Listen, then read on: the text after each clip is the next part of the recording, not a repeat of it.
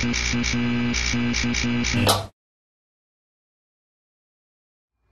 and welcome to yet another video blog with me, your host, Ernest P. Dullingsplumes, and this episode, as always, is brought to you by FastCustomShirts.com, who produced this incredible t-shirt and many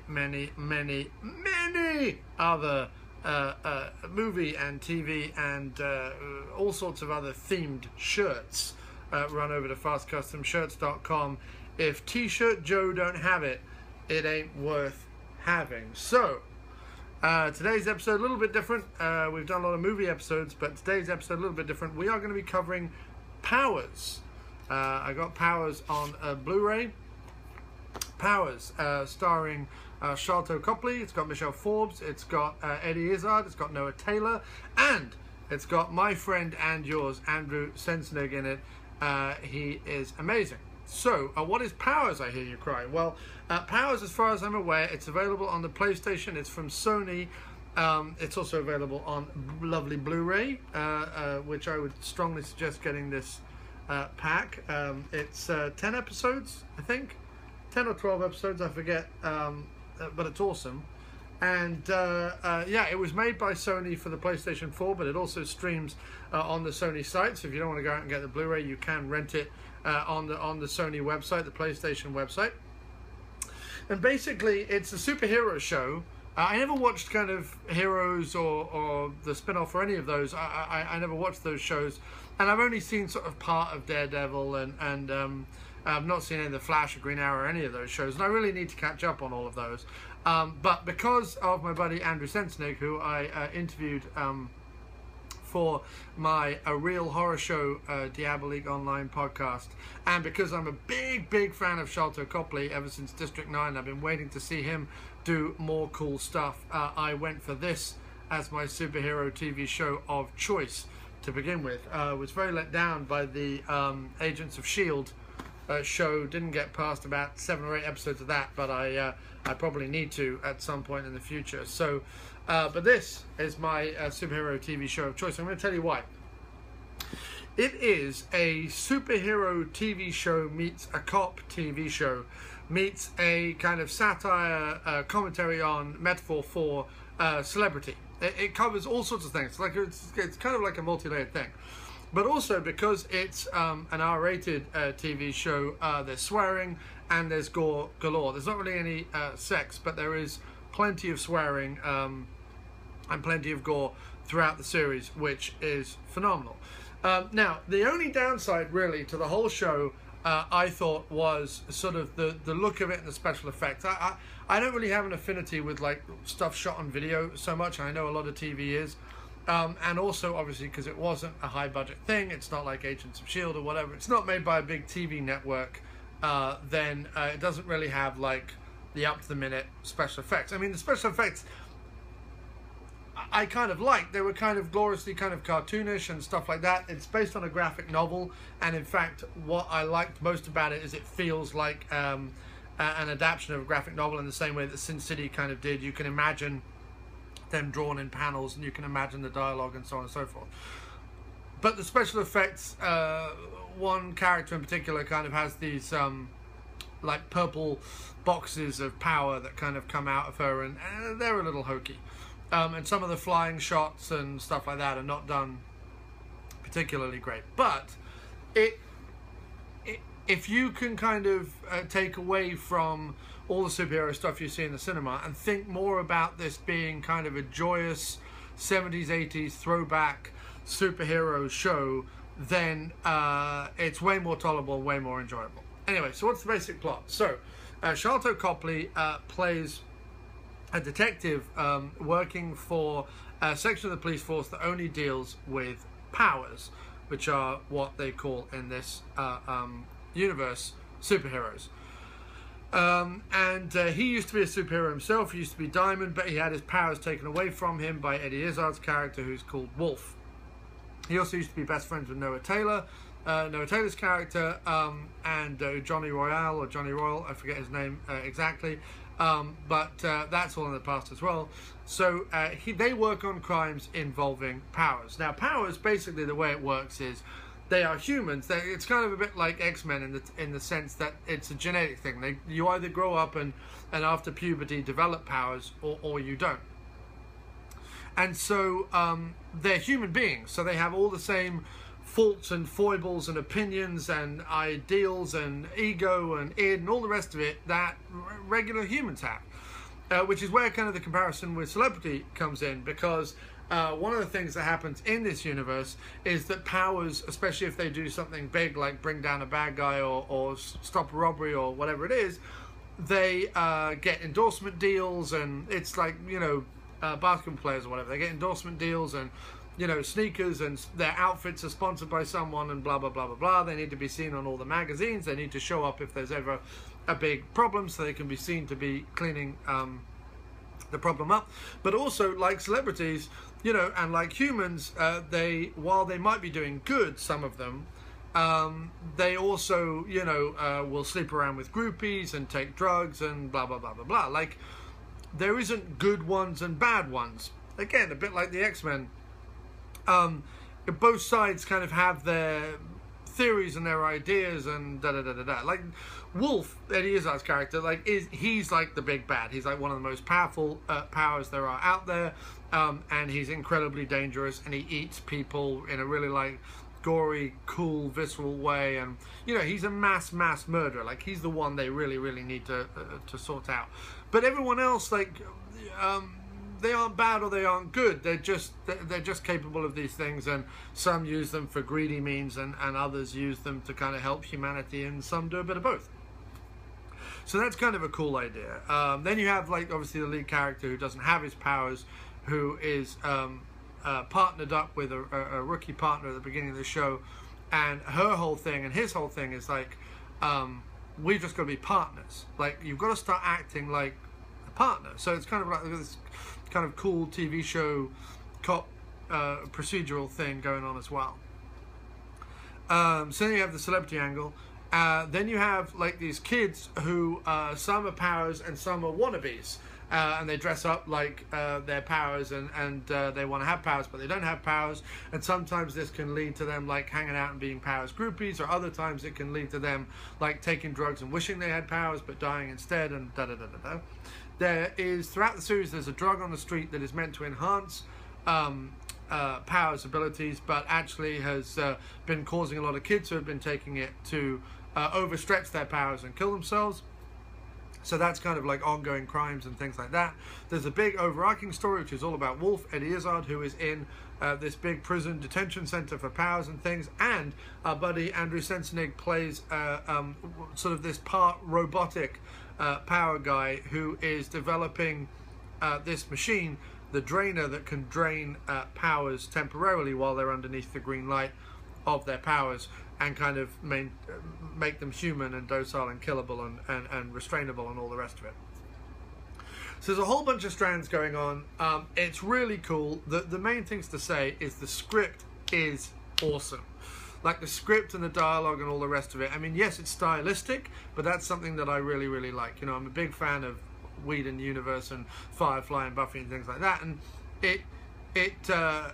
it has some of the like stylistic flourishes of that. In other words, like, the dialogue is purposeful rather than being naturalistic, and I really dig that. Like, I love, you know, Raymond Chandler writing and stuff like that. I love it when it's expressive and like an old film noir or like an old Bond movie or whatever it is. Like, and Eddie Izzard's performance as the big bad. I'm not a big fan of Eddie Izzard, the straight actor. I mean, I love him as a stand-up, but I was never a huge fan of him as a straight actor. In this, he is having a ball. He's finally found a character which he can A, sink his teeth into, but B, he can be a little bit larger than life, a little bit flamboyant, but in a kind of dialed back subtle way. It's really great. Andrew Sensenig is incredible in his role.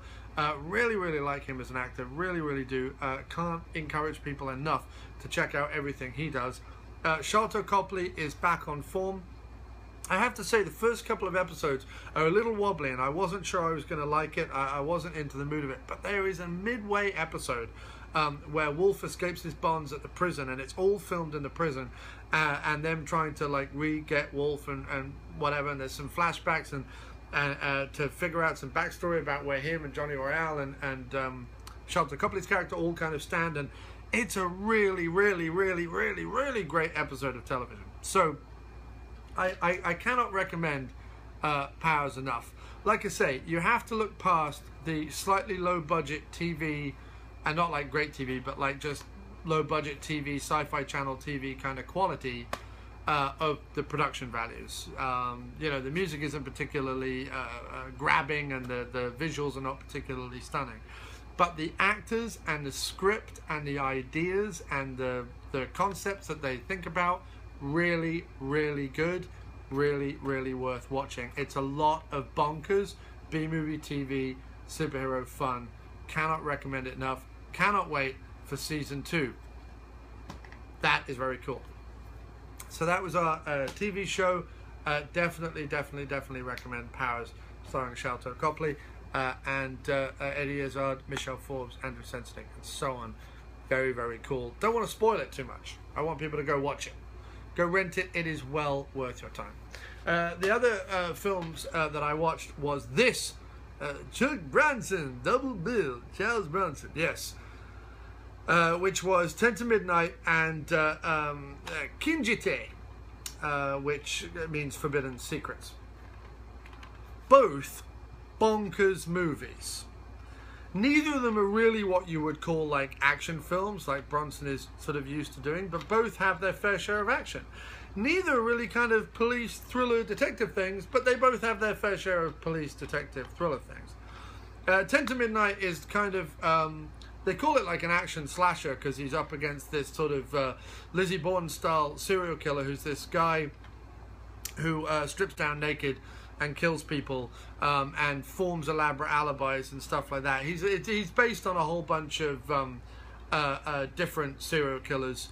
I forget all the ones now. Based on a bunch of serial killers in America, and also based on a story where a cop did try and plant evidence in order to get a definitely guilty party put away, which is also another side plot of 10 to Midnight.